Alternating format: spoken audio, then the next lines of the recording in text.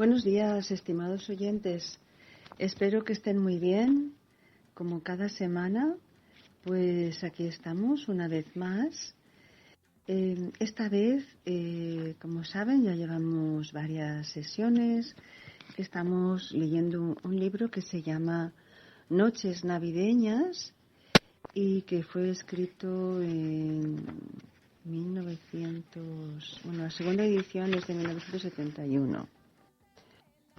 Y quería decirles pues que es un libro que, como dice su título, se desarrolla, es como una novela y se desarrolla en una noche navideña, en una conversación que tienen unos amigos y que están tratando de averiguar, de investigar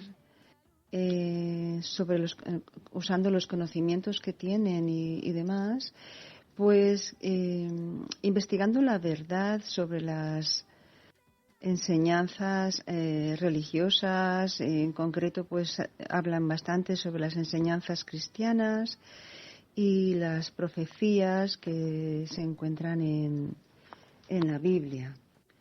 Entre digamos, el detonador de esta conversación es una reflexión sobre lo que es la Navidad en su origen y cómo se ha convertido en algo tan materialista, que se ha perdido la alegría espiritual de esa noche y se ha cambiado por comida, bebida y diversión.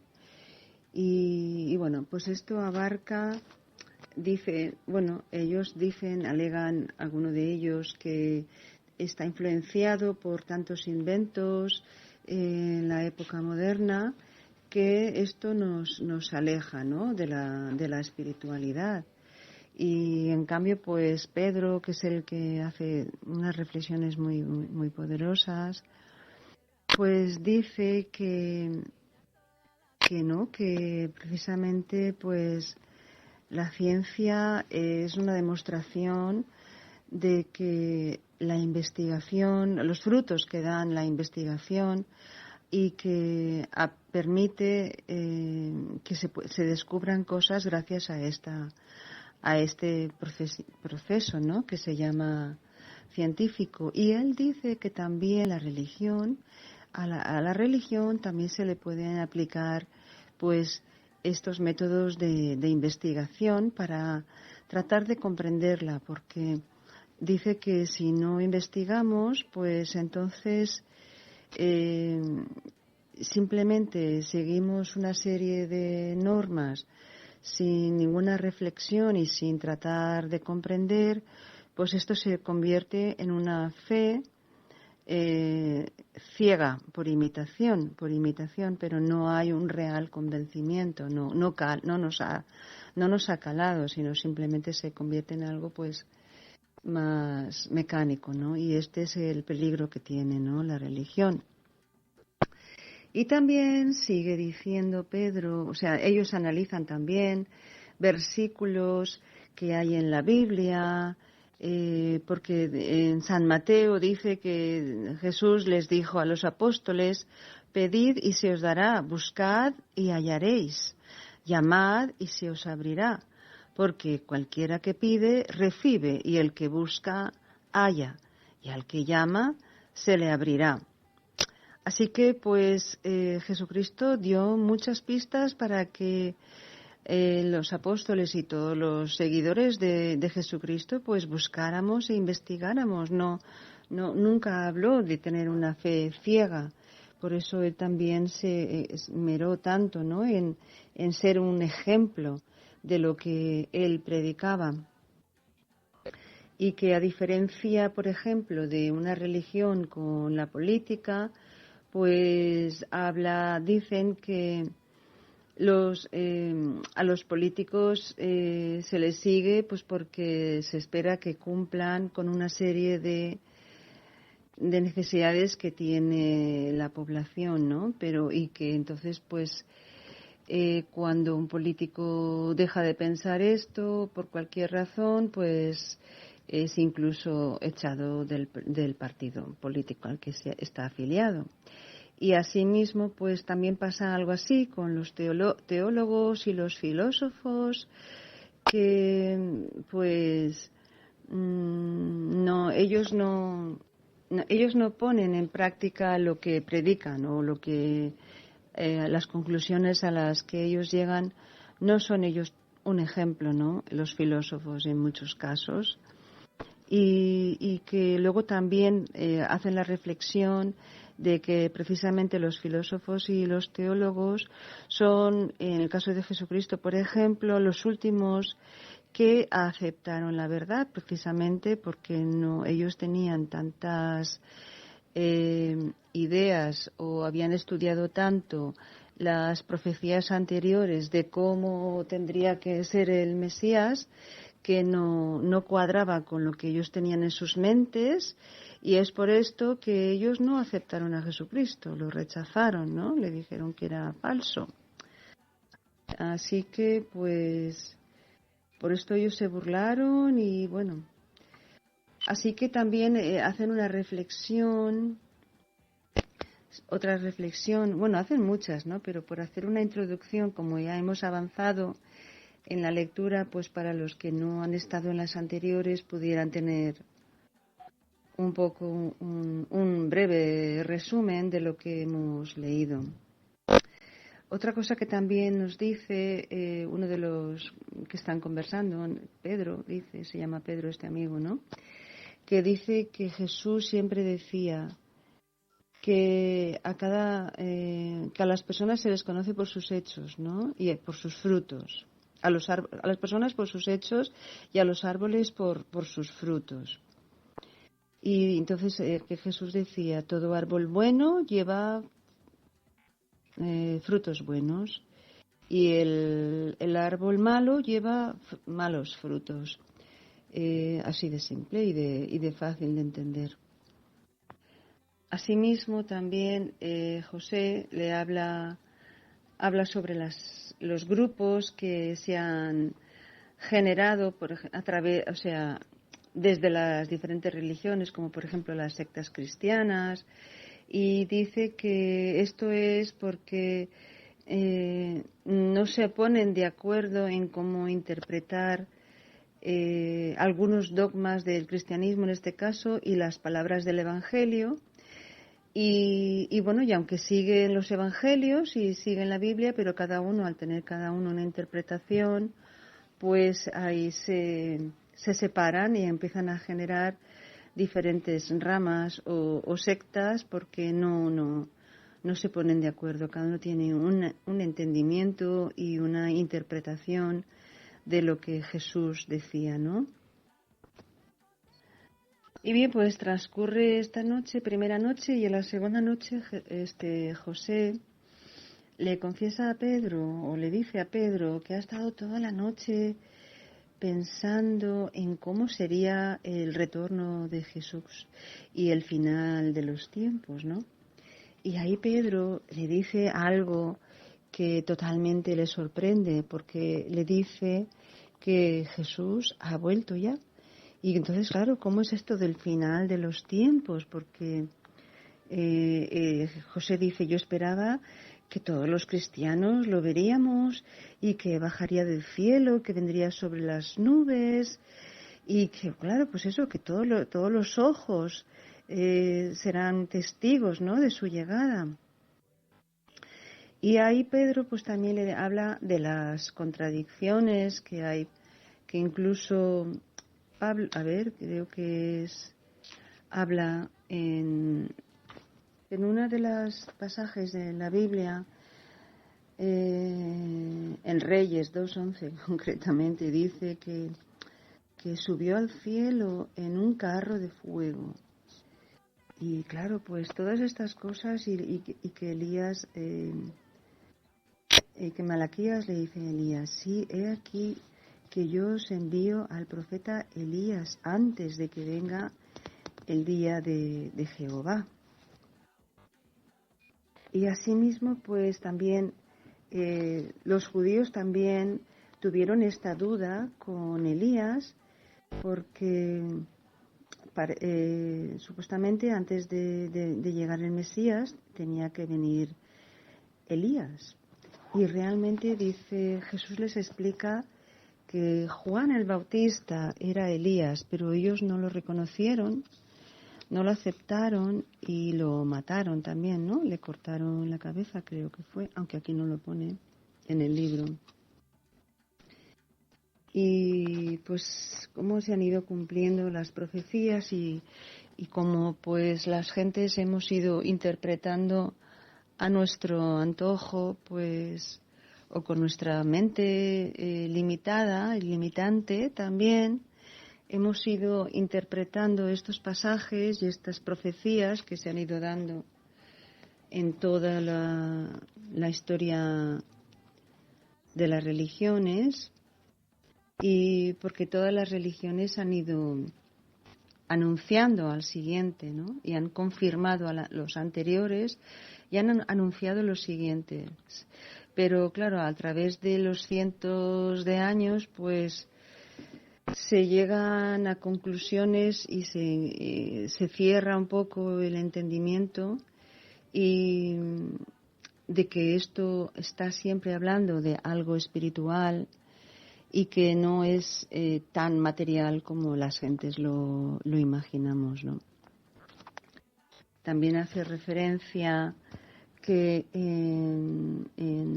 se dice, ¿no? Que dice, Él vendrá con los ángeles y con ruido de trompetas, y que en otro pasaje dice Jesucristo, ¿no? Que vendrá como ladrón en la noche. Y por esto que nosotros llegamos a conjeturas y son profecías absolutamente contrarias, ¿no? Y entonces, si son tan contrarias es porque quizá, en este caso, dice Pedro, igual es que tienen otro significado diferente. Y pues también hablan de cómo se han interpretado las palabras de Cristo, que hasta ahora pues lo que ha hecho que todas estas interpretaciones, como estaba diciendo antes, pues se hayan dividido en centenares de sectas o de ramas, o no sé cómo decirlo la palabra, ¿no? De divisiones que en muchas ocasiones pues no se llevan muy bien unos entre los otros, a pesar de que siguen los evangelios y leen la Biblia. Así que, bueno, también habla también Pedro que dice que según la Biblia aparecerá el prometido y que entonces Cristo, que aclara que esto sería después de su venida, y que todas estas profecías le dice que están selladas hasta el día final. Y porque le dice Daniel, cierra las palabras y sella el libro hasta el tiempo del fin. Muchos correrán de aquí para allá y la ciencia se aumentará. Y luego también explica que solamente Dios tiene el poder de que los corazones estén limpios y purificados. Pero bueno, nosotros también tenemos este trabajo, ¿no? Le dice, pues estas palabras están cerradas, le dice a Daniel, y selladas hasta el tiempo del fin. Muchos serán limpios y purificados. Los impíos procederán impíamente, y ninguno de los impíos entenderá, pero los entendidos comprenderán. Entonces, de alguna forma, pues quizá las cosas que hagamos y las decisiones que vamos tomando en nuestras vidas, pues puede hacer que nuestro entendimiento espiritual se agudice o no, o se quede pues más bien pegado en cosas materiales, y claro, pues entonces las cosas espirituales no llegan tanto. Pero bueno. Otra cosa que también quería destacar es que Pedro le dice que a José le dice que en el Antiguo Testamento se le guardaré tu ley siempre, para siempre y eternamente. Esto está en Salmos 119, y Mateo dice: no penséis que he venido para abrogar la ley o a los profetas. No he venido para abrogar, sino para cumplir. Porque de cierto os digo que hasta que pasen el cielo y la tierra, ni una jota ni una tilde pasará de la ley hasta que todo se haya cumplido. Aquí también destaca que hay dos tipos de mensaje en todas las religiones. Uno es la ley, que no cambia, que es lo que está hablando aquí, y luego está las normas sociales, que como la sociedad ha cambiado tanto, no es la misma sociedad, por ejemplo, la que tenemos ahora que cuando Jesucristo, ¿no? Y por eso pues hay algunas leyes sociales que cambian. Asimismo también le habla de la aparición de Bahá'u'lláh, de la fe Bahá'í en 1844, y que tampoco es la última, sino que habrá más, porque resulta que el creador de todo, incluso de las religiones, pues nunca va a abandonar a su creación y siempre la va a estar cuidando. Y que si todo viene de la misma parte, de la misma fuente, pues tiene lógica que estén relacionados, ¿no? Y que haya un hilo conductor. Así pues, vamos a seguir avanzando en la lectura de este libro, y aquí pues Pedro le está hablando de las citas que hay en los evangelios, que Jesús afirma, por ejemplo, que Él es el Hijo y que no es el Padre, y que su conocimiento y poder ante el Padre son insignificantes, y que en San Marcos leemos, por ejemplo: pero de aquel día y de la hora nadie sabe, ni aun los ángeles que están en el cielo, ni el Hijo, sino el Padre. Y esta afirmación, paralela a la expresada en San Juan 12, que esto es lo que dice San Juan 12, ¿vale? Entonces dice: en tales palabras Jesús, además de establecer su condición de hijo, confiesa claramente su desconocimiento sobre la llegada del día postrero, hecho solo conocido por el Padre. Entonces le pregunta: ¿no crees pues que es un error el querer hacer de Jesús el propio Dios? Jesús aclaró, como hemos visto, que Él era el Hijo del Padre y que había venido para anunciar la llegada del día del Padre, el día en que se repetiría la manifestación divina, pero con el nombre de Dios y Padre eterno.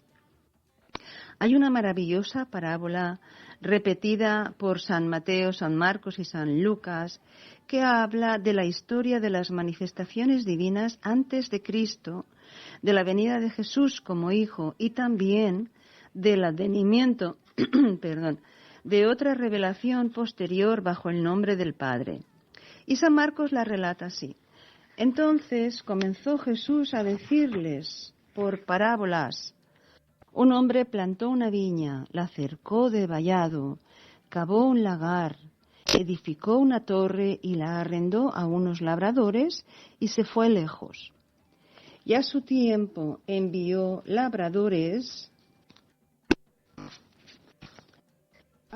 para que recibiesen de estos el fruto de la viña, mas ellos,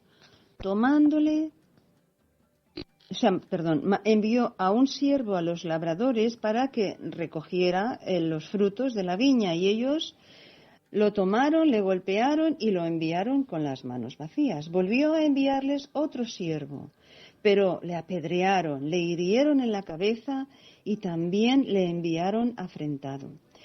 Volvió a enviar a otro, y a éste lo mataron, y a otros muchos, golpeando a unos y matando a otros. Por último, teniendo aún un hijo mayor amado, le envió también a ellos, diciendo: tendrán respeto a mi hijo. Mas aquellos labradores dijeron entre sí: este es el heredero, venid, matémosle y la heredad será nuestra. Y tomándole le mataron y le echaron fuera de la viña. Vendrá y destruirá a los labradores y dará su viña a otros. Esto está en Mateo 12. Entonces, en esta parábola la viña representa las enseñanzas divinas y la religión, que siempre ha sido una. Los labradores son la humanidad, la cual se beneficia de la palabra divina. El fruto es el desarrollo espiritual del hombre, consecuencia de las enseñanzas dadas por Dios. Y el Hijo, por supuesto, es Jesús, a quien mataron los labradores. Por último, la palabra señala la venida del Señor de la viña y su venganza sobre los labradores malvados. Pero si me permites, dice Pedro, te voy a relatar otra profecía que te permitirá comprender mejor lo dicho. Se trata de la primera referente al advenimiento del Señor y está profetizado hace unos 6.000 años y la relata Judas apóstol en el penúltimo libro de la Biblia. De estos también profetizó Enoc, el séptimo desde Adán, diciendo, he aquí, vino el Señor con sus santas decenas de millares para hacer juicio contra todos y dejar convictos a todos los impíos de todas sus obras, las cosas duras que los pecadores impíos han hablado contra él. Esto, como ves, no puede aplicarse a Jesús, cuya época fue la era del perdón, ya que él mismo decía, no he venido a juzgar al mundo, sino a salvar al mundo, en Juan 12:47. Ya, dice José, tu explicación está clara. La manera de conocer las profecías referentes a Bahá'u'lláh en la Biblia es aplicar las que se refieren al advenimiento del Padre Eterno y Dios, a la revelación Bahá'í. En efecto, dice Pedro, pero no es esta la única forma de conocerlas. Hay otros procedimientos.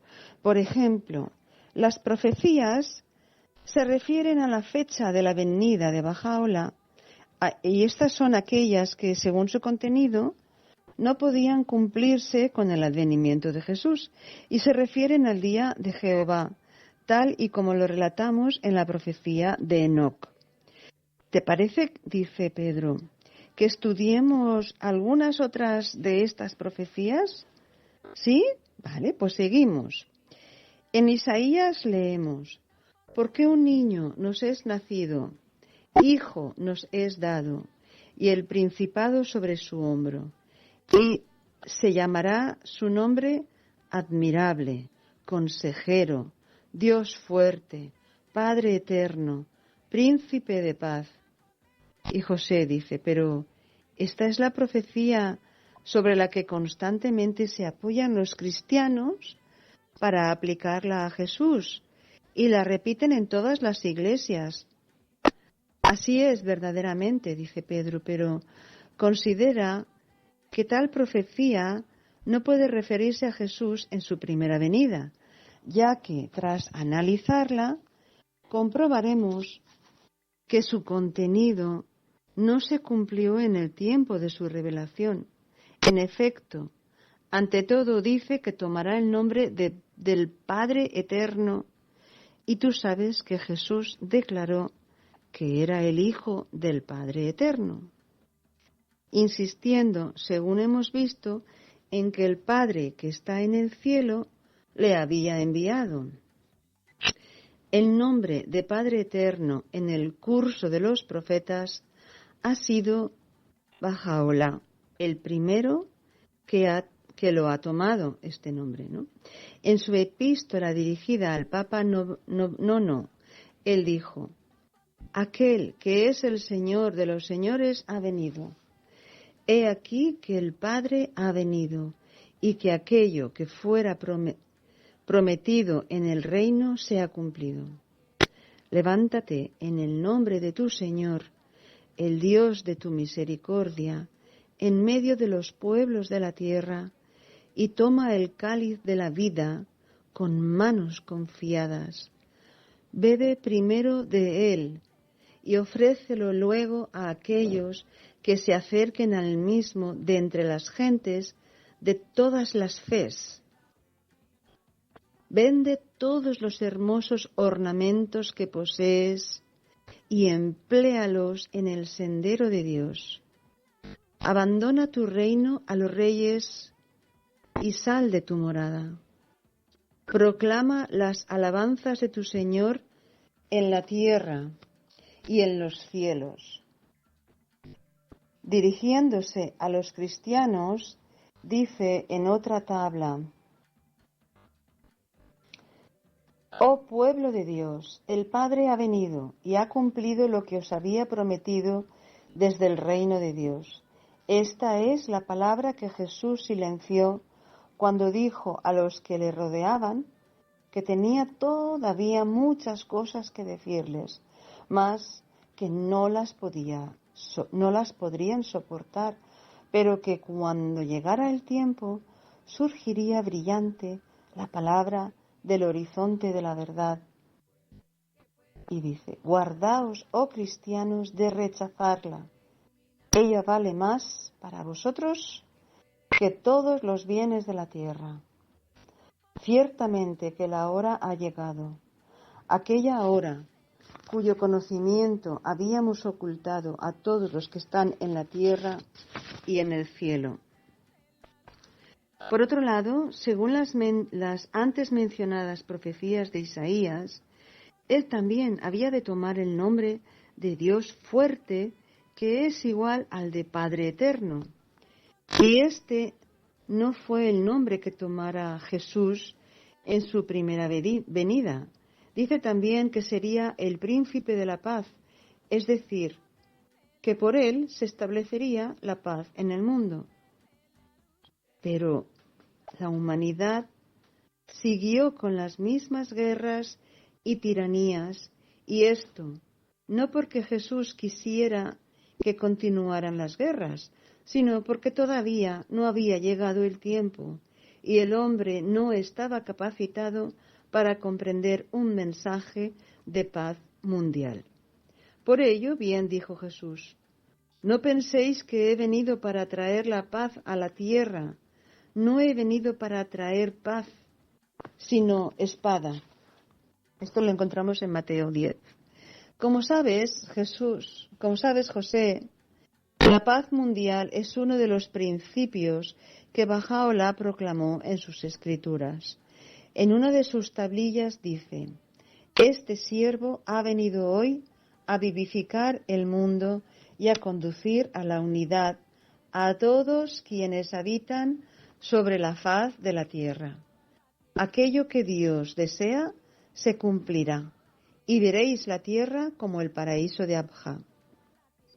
También dijo al famoso profesor Brown de Cambridge: se cumplirá que estas luchas sin objeto, estas guerras ruidosas, desaparecerán y que la más grande paz reinará. Esto lo dijo. Estas luchas, este derramamiento de sangre y esta discordia cesarán, y todos esos hombres serán como miembros de una sola familia. Que ningún hombre se alabe de que ama a su patria, que más bien se gloríe de que ama a sus semejantes.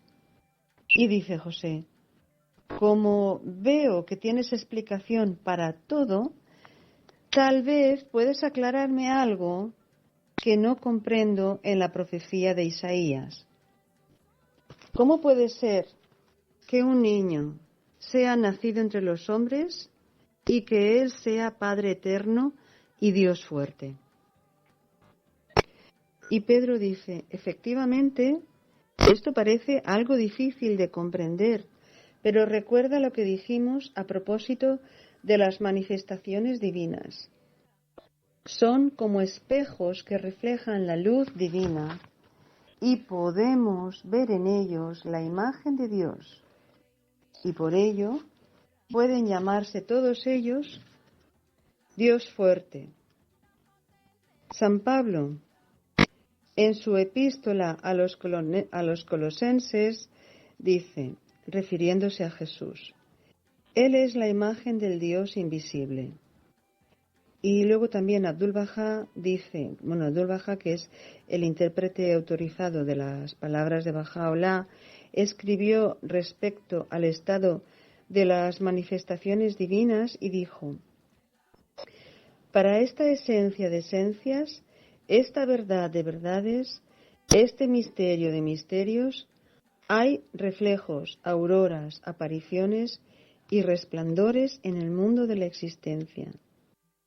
El lugar en que amanecen dichas auroras, el lugar de estos reflejos, el escenario de estas manifestaciones son los santos orientes, las realidades universales y seres divinos, los profetas, los cuales son los verdaderos espejos de la santa esencia de Dios. Y dice, todas las perfecciones, las bendiciones, los esplendores que vienen de Dios se observan en forma evidente en la realidad de las santas manifestaciones, como el sol que resplandece con todas sus perfecciones y bondades en un espejo pulido y limpio.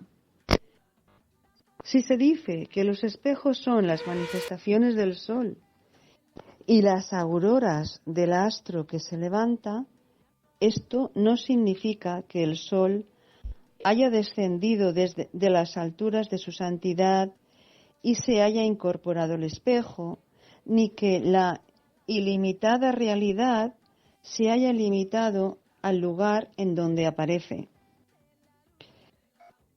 Esto está en un libro que se llama Contestación a unas preguntas. Bueno, entonces, en la religión cristiana, debido a malas interpretaciones que se ha formulado a propósito de la divinidad de Jesús, se han creado unas ideas imposibles de comprender por los buscadores de la verdad. Por ejemplo, dice Pedro, la Trinidad es de difícil comprensión, tal como se expresa en el cristianismo. Pero para que puedas entender perfectamente la relación que existe entre Dios y Jesús, te relataré 2 versículos del Nuevo Testamento. Dice, uno de ellos dice, ¿no crees que yo soy en el Padre y el Padre en mí? Está en Juan 14. Explica la relación entre Jesús y su Padre.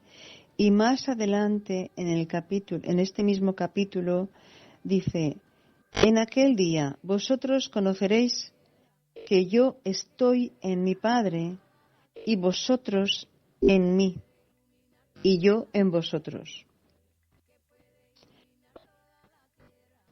Se reafirma entonces esta relación y se amplía con la relación existente entre Jesús y sus discípulos también.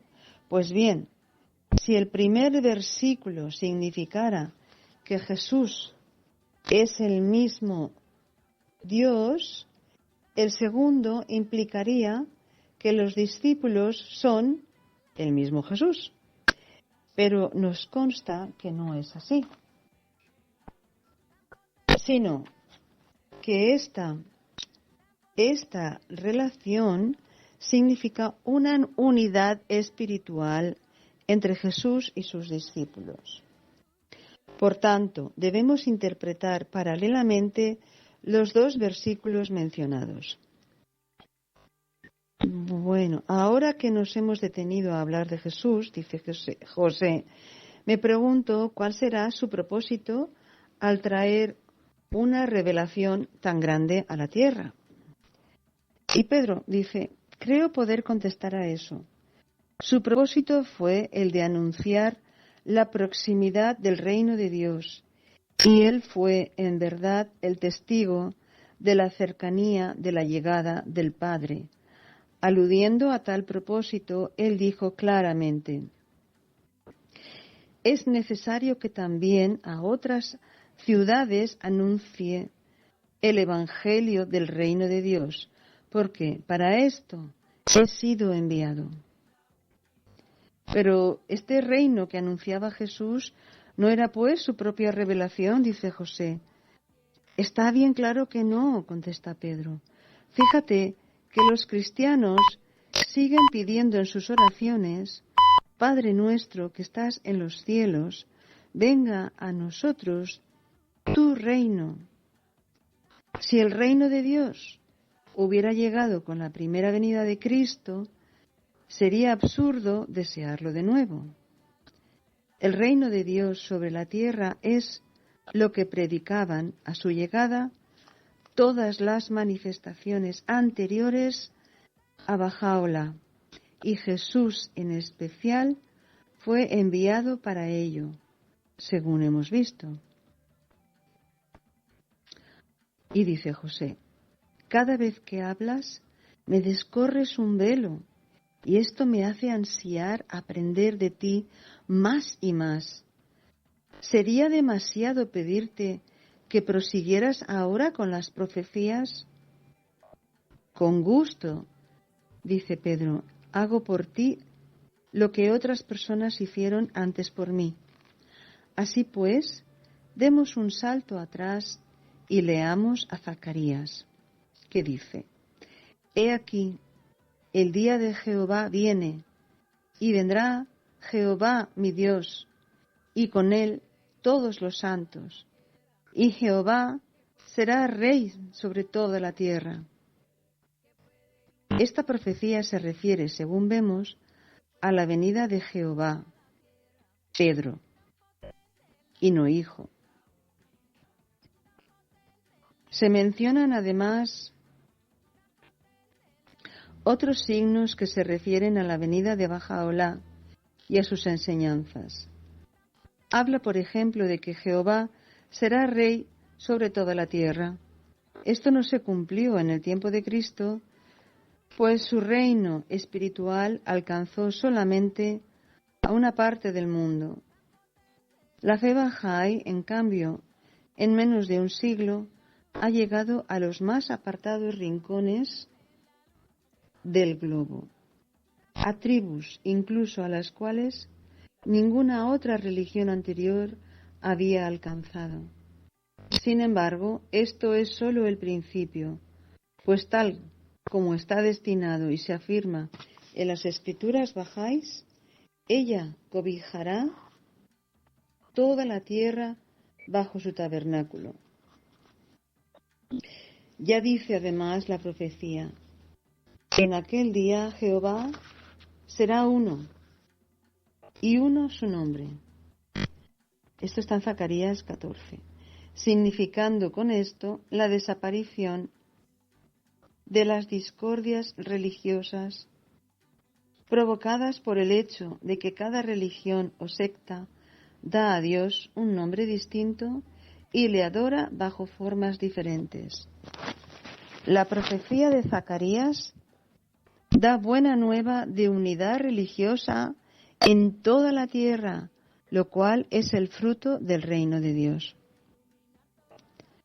¡Wow!, dice José, lo que acabas de exponer me trae a la memoria cierto pasaje de la epístola de Bahá'u'lláh a la reina Victoria de Inglaterra, que dice así: lo que el Señor ha ordenado como remedio supremo y el más poderoso instrumento para la curación de todo el mundo es la unión de todas las gentes en una causa universal, una fe común.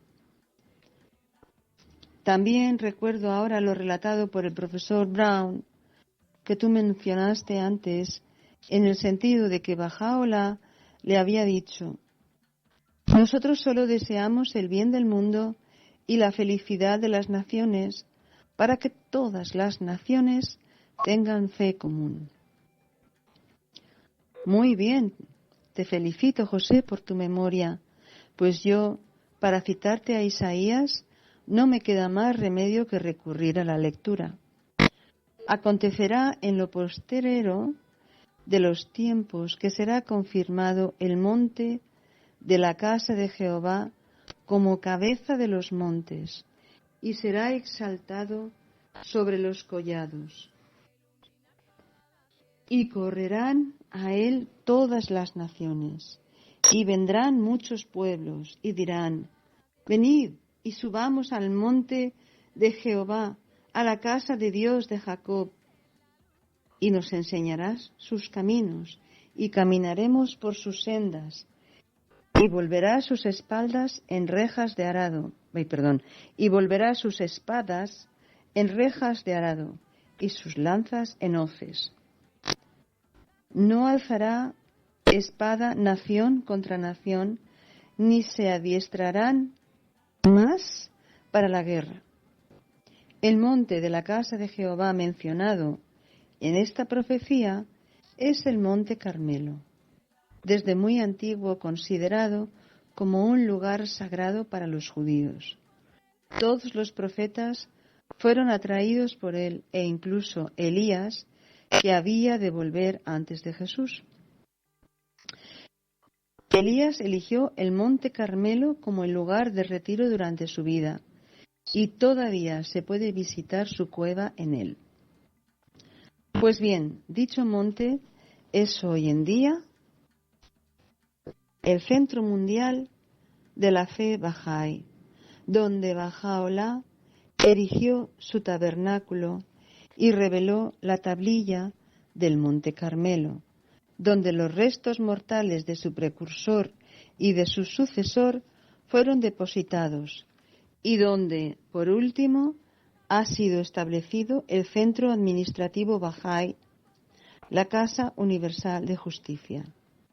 Más adelante se construirá sobre el monte Carmelo un templo Bahá'í que será como un signo de la unidad divina de todas las religiones, razas y naciones de la tierra.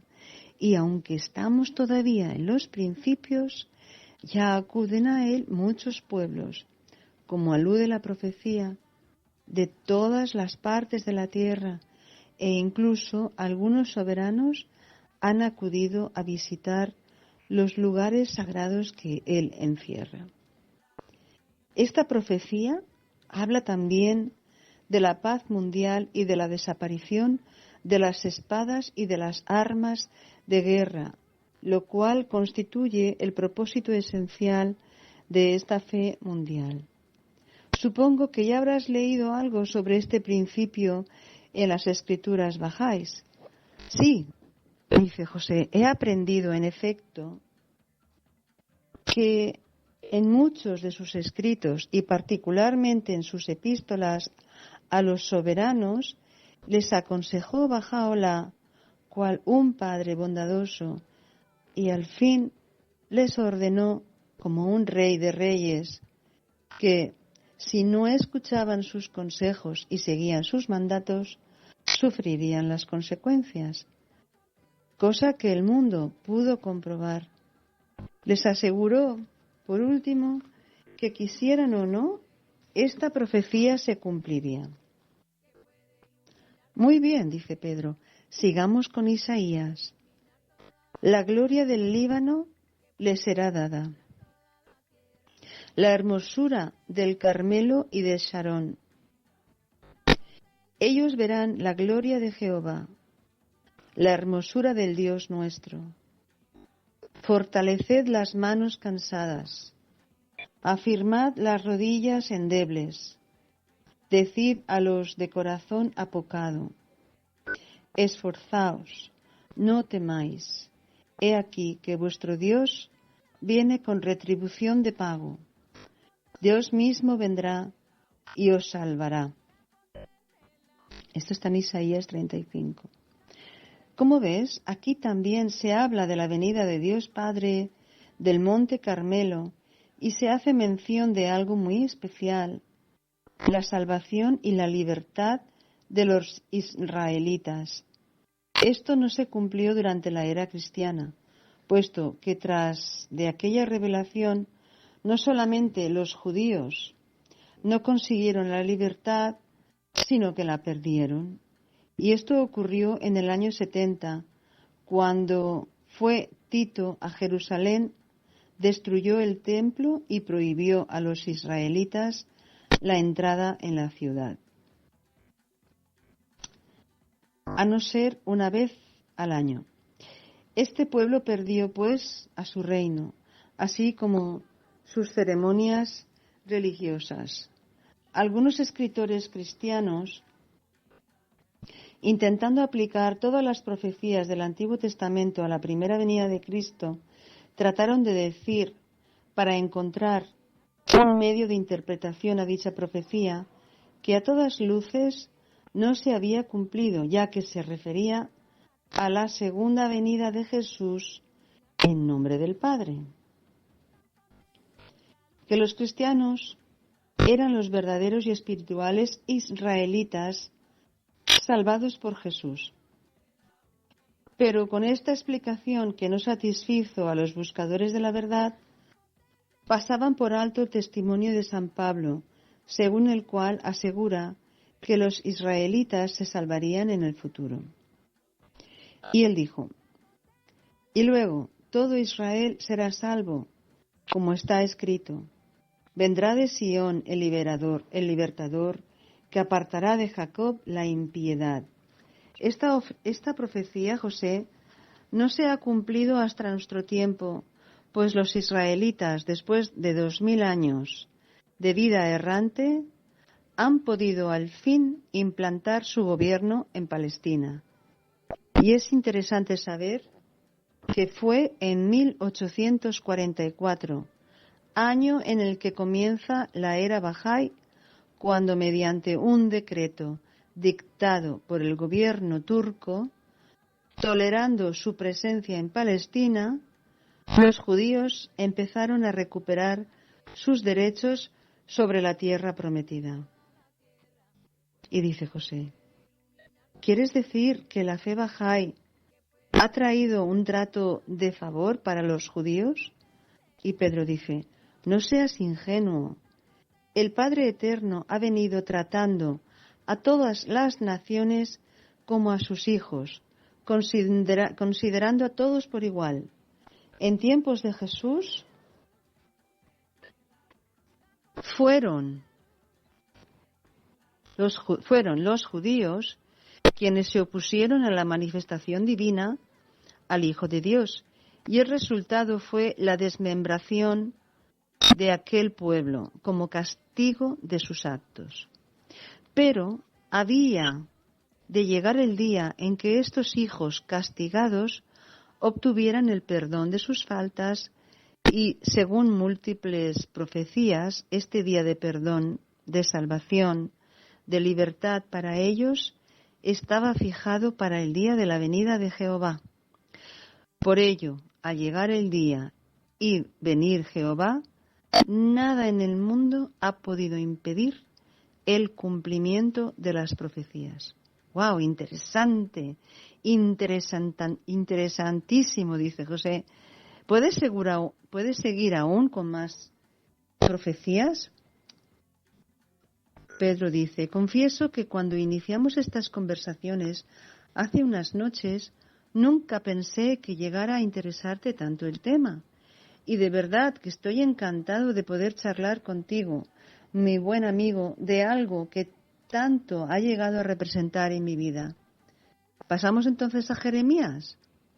Lee, por favor, los párrafos 31, 34. Y José empieza a leer. He aquí que vienen días, dice Jehová, en los cuales haré nuevo pacto en la casa de Israel y con la casa de Judá, no como el pacto que hice con sus padres el día que tomé su mano para sacarles de la tierra de Egipto, porque ellos invalidaron mi pacto, aunque fui yo un marido para ellos, dice Jehová.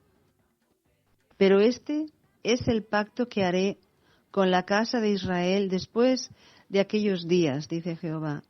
Daré mi ley en su mente y la escribiré en su corazón, y yo seré a ellos por Dios, y ellos me serán por pueblo. y no enseñará más ninguno a su prójimo, ni ninguno a su hermano, diciendo, ¿conoces a Jehová? Porque todos me conocerán, desde el más pequeño de ellos al más grande, dice Jehová. Porque perdonaré la maldad de ellos y no me acordaré más de su pecado.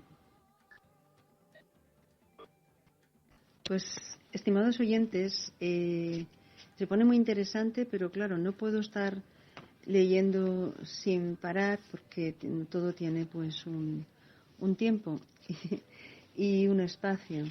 Pero queda bastante, está bastante interesante, la verdad, que como dice José también, ¿no?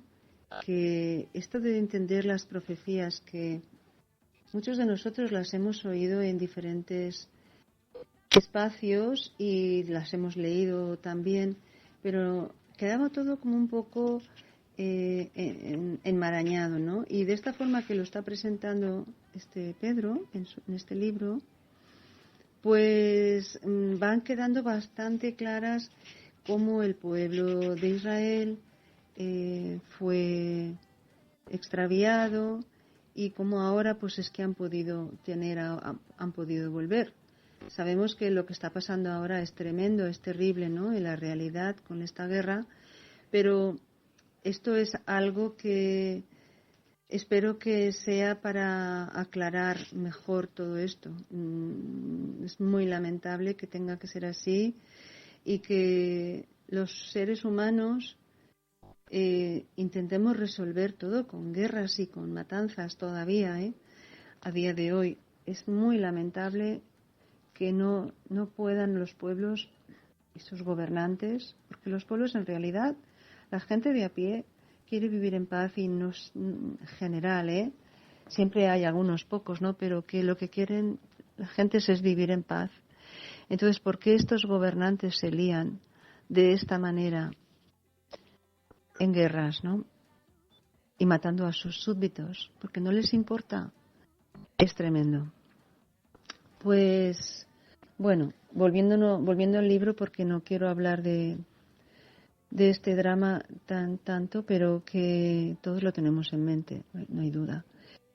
Pues aquí vamos viendo cómo fue justamente en 1844, que es cuando se declaró, cuando se inició la fe Bahá'í, que pudieron los judíos volver a Palestina, a la tierra de la cual se les había expulsado. Pues muy interesante. Pues les voy a dejar aquí, estimados oyentes, y la próxima semana seguiré leyendo y contándoles más sobre estas profecías y sobre estos entendimientos y descubrimientos. Así que bueno, pues hasta la próxima semana, deseándoles lo mejor, paz, tranquilidad y que disfruten de sus seres queridos y de sus amigos. Hasta la próxima. Chao.